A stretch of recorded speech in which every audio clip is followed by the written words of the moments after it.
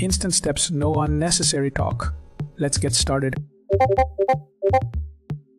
In the first step, open Settings, then press on your Apple ID at the top.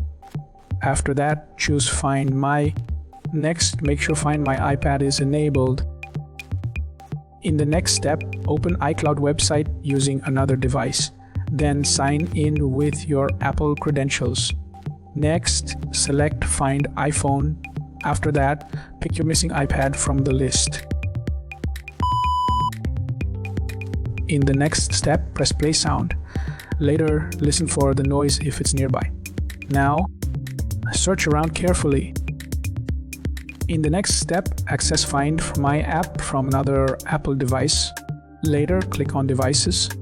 Next, select your iPad to check its last recorded spot. In the next step, choose Mark as Lost. Later, type a reachable number. Later, write a personal message. Now, activate to lock it remotely.